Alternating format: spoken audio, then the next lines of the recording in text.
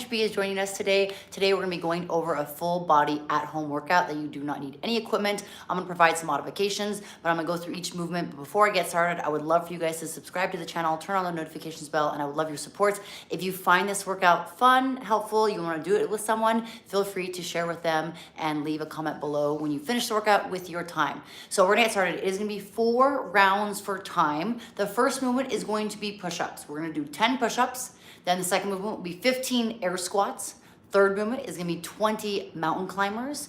And then the fourth movement, is then going to be 30 bicycle crunches. So the goal here is to work our lower body, our upper body, and our core, or upper body first, then lower body, then core. So for the push-ups, I'm just gonna go over points of performance. So this is a class, if I was running a class, I always like to go over every movement, some scaling options, some modifications, and then depending on where you are fitness-wise, perform a couple of repetitions so I can see your body movement. So if you guys, obviously I cannot see you, but you are following along. So here's some tips and tricks as I go along. For the push-ups, you wanna think of your hands directly underneath your shoulders or slightly outside. I personally like to rotate my palms out slightly, so my thumb is at an angle as my fingers versus being completely straight. This allows for a little bit of external rotation for the shoulder and puts your shoulder in a good position, but also might alleviate if you have very tight shoulders. So it alleviates a little bit of pinching or irritation if you have tight shoulders. Not everyone has that. From there, I'm gonna have my feet set up about hip width distance on my toes. We can modify to the knees, and I'll perform that here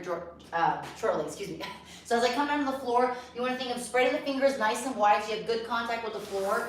Again, feet about hip width distance from here. I'm gonna bend on my elbows, chest and belly are gonna actually touch the floor. So if I take my hands off, this means I'm getting full range of motion, like a hand release push-up. Then I'm gonna press through the palms, keeping my core nice and tight, locking out my arms. So chest comes down, and I fully extend my position to get that top position. To modify, I drop my knees and I lift my toes. I'm gonna keep a straight line from my shoulder, hip, and knee, still hitting that same range of motion.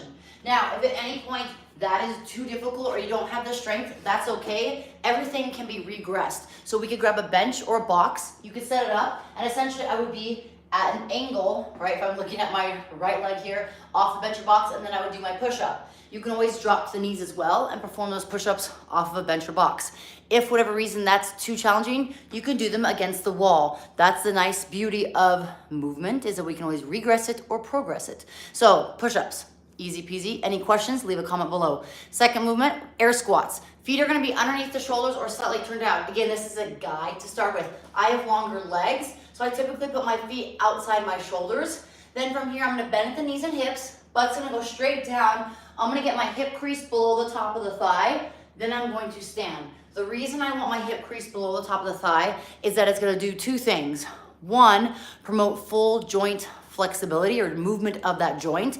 You're also, 2, gonna use more musculature of that joint. So if I just do quarter range of motion or half range of motion, nothing is wrong with that if you cannot go full range of motion because of an injury or limitations, whatever it might be. But if you are looking to build more strength and improve mobility, that full range of motion will be hugely beneficial for you. So again, hip crease below the top of the thigh, standing as tall as you can. I personally like to have my hands come forward and I counterbalance my body as I move. If again, you can't get down to the full range of motion, sit to a bench or box.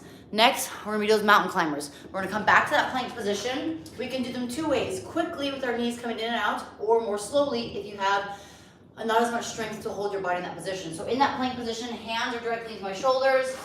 I'm starting this position similar to the push-up, and then I'm just gonna alternate my knees, bringing them in. So it looks like so, right? I'm tucking my knees in, toe comes off, stay nice and tight. If that's too much, I just bring one knee forward, back to plank. Knee in, back to plank. This is going to strengthen your hip flexors as well as your core. Now, fourth and final movement, we're gonna roll over onto our back and we're going to perform bicycle crunches. So at the bicycle crunch, you wanna think of like a mini crunch with your upper body, right? So my upper torso is kind of pulled in, peeling the shoulder blades off the floor. I'm gonna extend my legs out in front of me, opposite arm to my opposite knee. So my right elbow to my left knee. And then I'm gonna rotate. I'm gonna fully extend my other leg to get that full range of motion. I personally like to point my toes as I keep that mini crunch. So total 30 reps. So each elbow to arm is 1 rep. So 1, 2, 3, 4, etc., etc. Now that's 1 round. You're gonna perform 4 rounds for time. If you just are starting a fitness routine or just getting into movement, then you can always modify and scale back the number of rounds. Instead of 4 rounds, perform 3 or even 2. The intention is to go from one movement to the next, and once you complete that 1 round, you go straight into the next round. So there is no rest. We're looking for some high intensity. So again, if those 4 rounds are too much, don't be afraid to scale back. Nothing is wrong of scaling.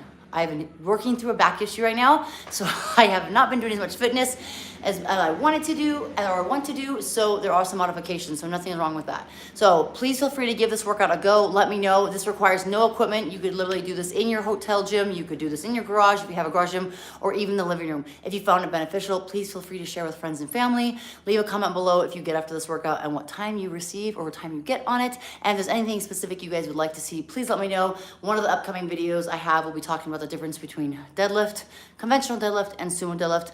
One of the individuals and super awesome supporter on here asked that question, so I'll be sharing that shortly. So thank you guys so much for tuning in. And again, I appreciate all the support. If you guys are looking for a variety of things, whether it's equipment, training shoes, workout routines, please feel free to check out the links below. You can sign up, you can purchase, and that will also help support me to be able to continue to do these videos. So thank you guys so much for tuning in, and have a fabulous Monday.